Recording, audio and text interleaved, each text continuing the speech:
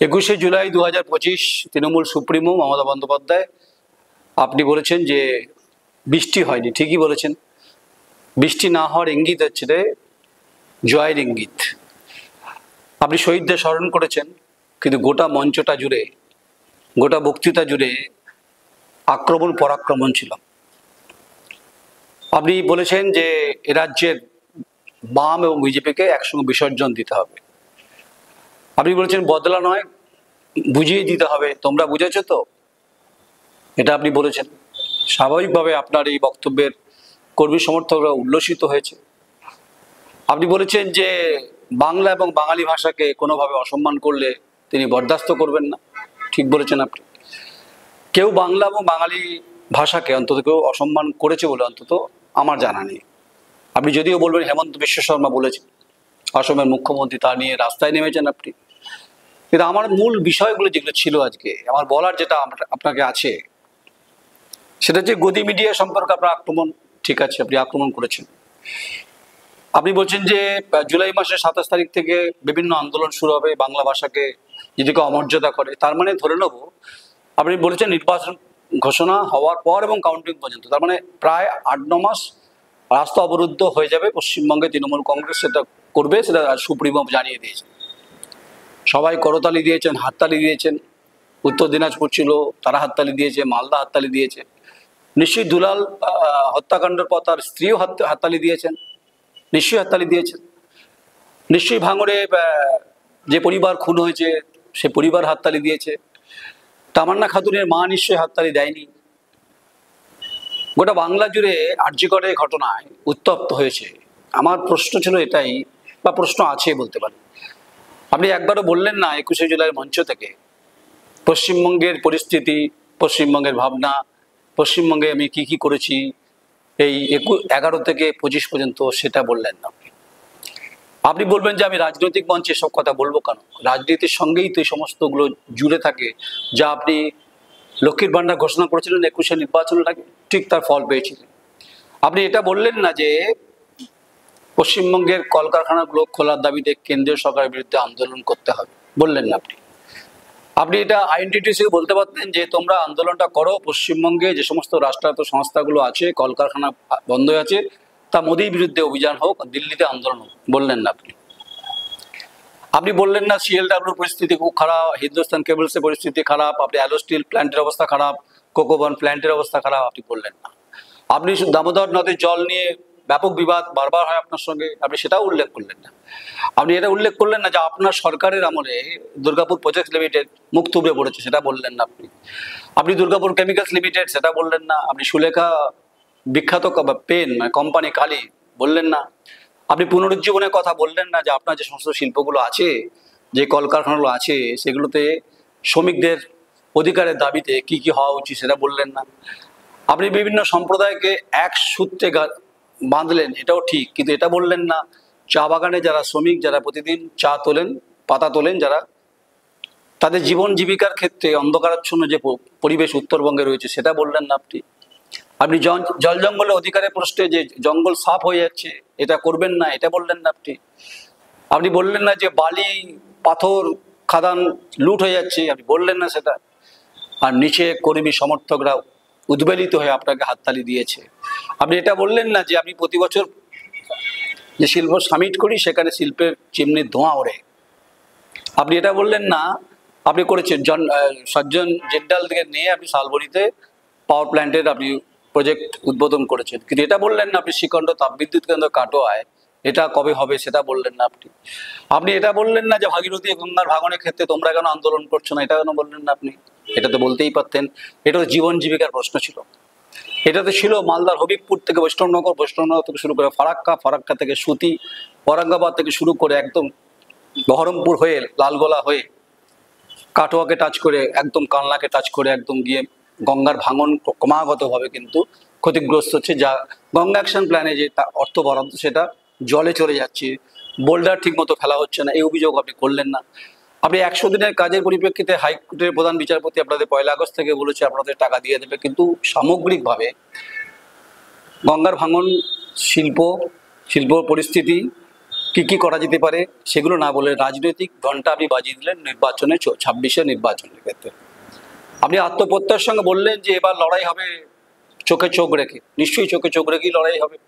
আপনি যখন বলেছেন যে রবীন্দ্রসঙ্গীত শোনাবেন না, 11 সালে বলেছিলেন, এবার নিশ্চয়ই আপনি রবীন্দ্রসঙ্গীত না ডিজে তো বাজাবেন, যেটা আপনার কর্মী সমর্থকরা বলছে। আপনি এটা বললেন না যে কলেজ বিশ্ববিদ্যালয়ে ছাত্রীরা যৌন নির্যাতনের শিকার হচ্ছে, এটা বললেন না আপনি। আপনি বলতে পারলেন না আরজি করের অভয়ের বাবা মা বিচার পায়নি, সিবিআইয়ের ভূমিকা তো রয়েছে, বলতে পারলেন না আপনি। আপনি তামান্না খাতুনের জয়ের উল্লাসে তার মৃত্যু হয়েছে, এটা বলতে পারলেন না আপনি।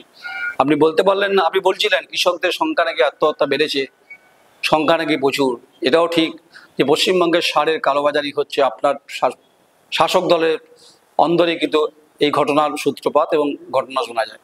কৃষক তার অধিকারের প্রশ্নে যে কথাগুলো হওয়া উচিত, কৃষকের সারের ক্ষেত্রে যে ভর্তুকির কথা হওয়া উচিত, শ্রম আইনের ক্ষেত্রে যে বদল হওয়ার কথা, এবং শ্রমিকদের মর্যাদা, এবং শ্রমিক মারা গেলে, আমি বালিদপুরের স্পঞ্জ আয়রন কারখানা মৃত্যুর কথা বলছি, সেখানে শ্রমিকদের মারা গেলে ইনস্ট্যান্ট 20 লক্ষ টাকা বিমা দেওয়ার কথা, সেটা বললেন না আপনি। আপনি দামোদরের পার ঘেঁষে শিল্প করেছেন, সেটা বলতে পারলেন না আপনি। অথচ দামোদরের পার ঘেঁষে অন্তত প্রায় 7 থেকে 8টি বড় বৃহৎ কলকারখানা রয়েছে, কিন্তু দামোদরের পার ঘেঁষে কোনো শিল্প আপনি বললেন না, করতে পারলেন না, যেহেতু আপনার মধ্যে পড়ে পূর্ব বর্ধমান। আপনি বলতে পারলেন না যে কেন্দ্রের সরকার কয়লা খনিকে বেচে দিচ্ছে, বললেন না আপনি। আপনি বললেন না রেলকে বেসরকারীকরণ করে দেওয়া হচ্ছে, আপনি বললেন না আপনি। বন্দে ভারতের ইঞ্জিন সিএলডব্লিউ তৈরি হতে পারতো, সেটা বলতে পারলেন না আপনি, বললেন না আপনি। কেন বললেন না আপনি? আপনি রাজনীতির হাওয়া দিলেন কার্যত। ক্ষমতার অলিন্দে ঘুরপক খাওয়ার যে দুর্নিবার ঝড়, যেটা আপনি আজকের কর্মীদেরকে চাঙ্গা করতে চাইলেন, টোটকা দিলেন আপনি। কিন্তু পশ্চিমবঙ্গের শিক্ষার ক্ষেত্রে যে পরিস্থিতি হেফাজতে রয়েছে, প্রাক্তন মন্ত্রী পর্ষদ সহ, বললেন না আপনি। আপনি বললেন না যে বিশ্ববিদ্যালয়ে আর্থিক দুর্নীতি হয়েছে, সেখানে দলের অনেকে সম্পর্ক রয়েছে, আপনি এটা বললেন না যে কলেজের বিভিন্ন ইউনিয়ন রুমগুলো খোলা রয়েছে হাইকোর্টের নির্দেশ থাকা সত্ত্বেও, এটা বললেন না আপনি। আপনি এটা বললেন না যে জিবির দায়িত্ব যারা আছে তারা নিয়োগ করিয়েছেন কন্ট্রাকচুয়াল পদে, যে টাকা সরকার দেবে না বলেছে, তাহলে বললেনটা কি? তার মানে ধরে নিতে হবে আপনি বাম আর বিজেপিকে গুরুত্ব দিচ্ছেন। আপনি জানেন যে বামপন্থীরা নেই, ক্ষতবিক্ষত আপনার ভাষাতে।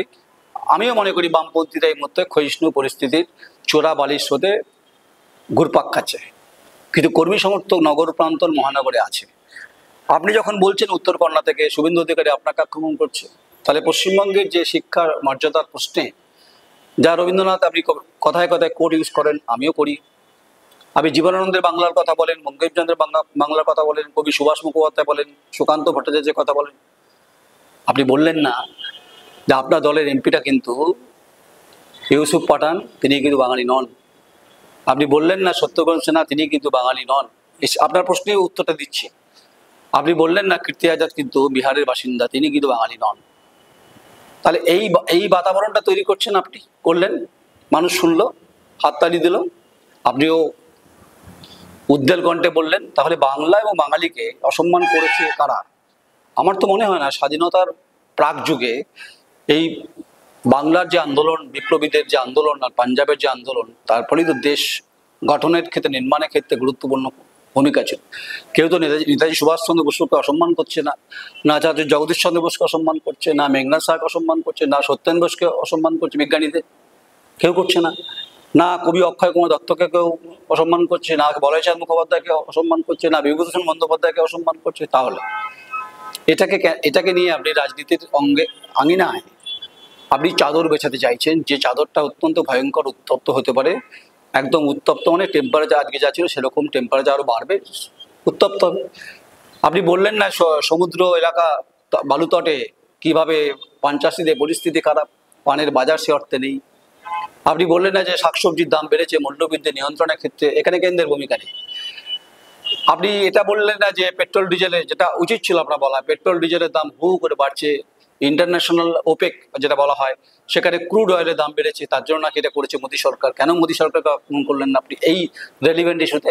আপনি কতগুলো রাজনীতির কথা, বর্ণমালা, আদর্শ, মানে যেগুলো হয় সেগুলো বললেন আপনি, তাতে কর্মীরা উজ্জীবিত হলো। আর যারা দুর্নীতি করেছেন বিভিন্ন ক্ষেত্রে, কৃষকের মর্যাদার প্রশ্নে, অধিকারের প্রশ্নে, শিক্ষার ক্ষেত্রে বা শিক্ষাঙ্গনের ক্ষেত্রে, বা চাকরি দুর্নীতির ক্ষেত্রে যা সুপ্রিম কোর্টের ভার্ডিক্টের পরিপ্রেক্ষিতে উল্লসিত হয়েছে সবাই আপনাকে দেখে। তাই বাংলার এবং বাঙালি আবেগ নিয়ে খেলছে কে? আপনি খেলছেন?